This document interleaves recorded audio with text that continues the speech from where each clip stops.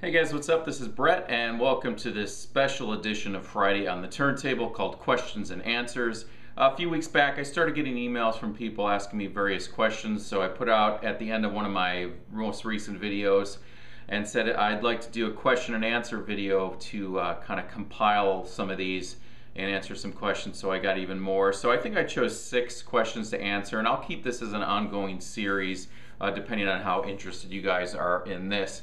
So I'm going to start things off with a question from William F. He asked me, name one of your absolute favorite finds from record store day, and I think this one was an easy one to immediately recall, and that is the Big Star third box set that came out back in 2011. The Memphis band Big Star, their third album, they recreated the box, the tape master box for it with all the track titles on the back. Alex Chilton, Jody Stevens from Big Star, and then you open it up just like the old school reels that you'd record on in the studio. And then it has, hopefully you can see this. I'll just pull it out. It has charts for all the songs from the album stapled together. So there's Stroke It Noel. So it has the melody lines along with the chords for all the songs in the album, which is super cool. I've never seen that done before. It's really cool. And then it also has the track logs from when they recorded it. So for those of you guys that have never recorded in a recording studio, you would have these logs that would tell you what instrument you're putting on each track. So for example, track 2 had the violin and cello. On Nighttime, track 4 had the vocal. So they would use it as reference points. So when they were mixing the album, it was easy to know what was where as they were adjusting the mixes.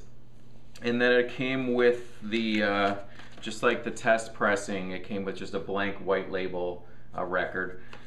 Just a beautiful set, and honestly I think one of the best record store day releases ever that has come out. So good question, William. Here's another one from William. How has music defined you over the past 25 years? Wow. Music is really, as generic as it sounds, music is just everything that I do. It's my entire kind of existence. All the way back to 1991, which is now, what, 24 years? So it's almost 25 years. My brother and I started our band Audra, so we've been recording and releasing albums and music since then, touring, live shows. Music just, it's from the second I wake up in the morning to the second I go to sleep. Music is always running through my veins. It's what I do for a living, and yeah, it's just a part of me. Just constant listening to music, working on music, sharing music, etc. It's all about the music. All right, here's the last one for you, William. And I love this question, and I think I might keep it as an ongoing question as a part of this question and answer series. But you asked me, can you think of a lyric or two that you wish you had written? So I made a list here and I pulled out the accompanying albums to show you. The first one, Chris Bell, he was a member of the band Big Star. This is from his one and only album, I Am the Cosmos, which was came out on Ryko in 1992, but it was compiled from a lot of the recordings because he died right after the release of just his very first solo single back in 1977 or 78. And the title track, I Am the Cosmos, the line, every night I tell myself I am the cosmos, I am the wind, but that don't get you back again. I just think that's just a brilliant line. The next one, another sad story. These guys, this band being here in the Phoenix area, were an inspiration growing up and seeing them succeed, and got to become friends with the singer, recorded our last album, Everything Changes, at his studio. He even sang backing vocals on a couple tracks, and that is Robin Wilson from the band, the Gin Blossoms. This was their first official major label debut, New Miserable Experience. Why I said sad is because the primary songwriter on a lot of the tracks was a guy named Doug Hopkins, and while they were recording this album, he left the band, and shortly after he committed suicide. And a lot of people have a misconception about the Gin Blossoms, but the songwriting is just exquisite. They are masked in this great pop sensibility, but a lot of the subject matter is really dark. And the song Lost Horizons, which opens up this album, this line hits me every single time, but Doug Hopkins wrote, "I'll drink enough of anything to make this world look new again." And then later he says, "I'll drink enough of anything to make myself look new again." So really intense. And a couple weeks ago I went and visited, there's a museum in Tempe, Arizona, just outside where Arizona State University, and that's where the Gin Blossoms were from. And they had a display of Doug Hopkins' guitar and some lyrics and his name badges for various jobs he works. So I'm planning on doing a little feature on my blog page and photos of that. So if you guys are interested in seeing some of that, let me know. So that was Lost Horizons from the Gin Blossoms. Another one from the band James, the opening track, "Out to Get You" off the Late album. Such a great line that kind of encompasses just the embodiment of like a breakup. "I'm so alone tonight, my bed feels larger than when I was small." Just excellent.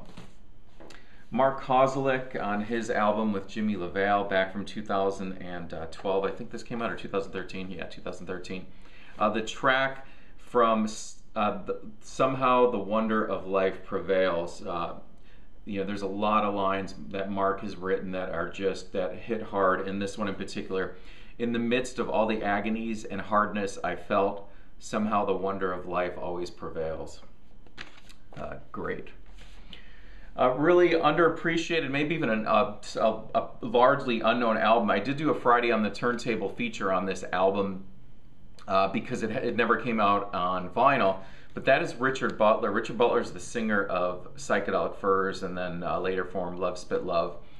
But the opening song on this one, "Good Days, Bad Days," is honestly one of the most beautiful songs ever written. It's incredibly sad, but I could have read the entire text for that one, but I just want to read a section of this.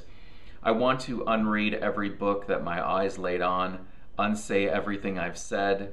I want to unsing every song, unwrite every line, unstep every step I've made." Just kind of a song about regret and kind of moving on. All right, I got two more for you. This is from The Replacements, the closing track on their Tim album. This is from the song "Here Comes a Regular." "You're like a picture on the fridge that's never stocked with food." Seriously, great. All right, and lastly, I have to throw this one in there because it is a classic, and it's going to tie into another question from someone else. From Jermaine Stewart, "We don't have to take our clothes off. We don't have to take our clothes off to have a good time. Oh no, we can dance and party all night and drink some cherry wine." All right, next couple of questions comes from Ludovico Street. Chris. He asked, "You seem to have a deeply eclectic taste. I am curious, are there any guilty pleasures for you? If so, would you admit them for us?" Well, I just showed you Jermaine Stewart. But, I don't really see guilty pleasures as an actual thing for me, and this may sound kind of generic, but, I like what I like. It doesn't matter what genre it falls into, whether people see it as cool or not. I like a lot of pop music that's really clever and really well written. I like stuff like Katy Perry, Lily Allen. I like all kinds of stuff, so there's really I don't have any barriers as to what I see as being guilty pleasures or good music or whatever. To me, if it's good and I like it, it's what I like. All right, as a music fan, what do you believe will be the next big thing in music? Are we doomed to live in the epic of the pop R&B hybrid, or is there something around the corner? I really don't pay much attention to kind of what's a big thing or what's popular going on right now.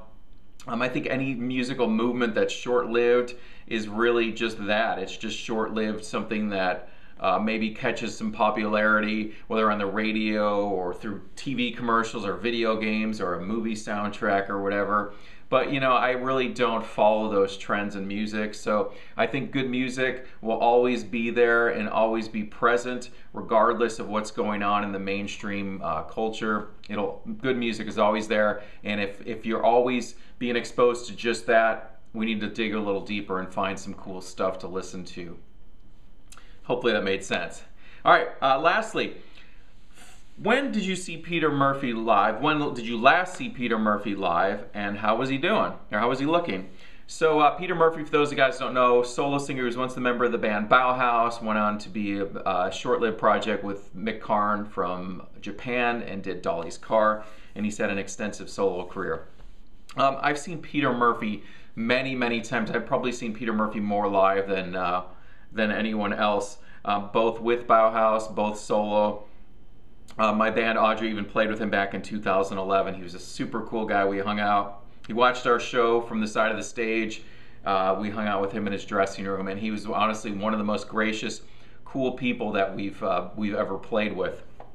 And I did catch him last year in 2014. I saw him 3 times within the context of, I think, a month on his Lion tour. Once at the Belly Up Tavern, which is north of San Diego. I saw him in Tucson at the Rialto Theater with my friend Jesse, and then also saw him at the Crescent Ballroom in Phoenix. My absolute favorite show of the 3 was the Rialto show. Jesse and I were right up against the stage.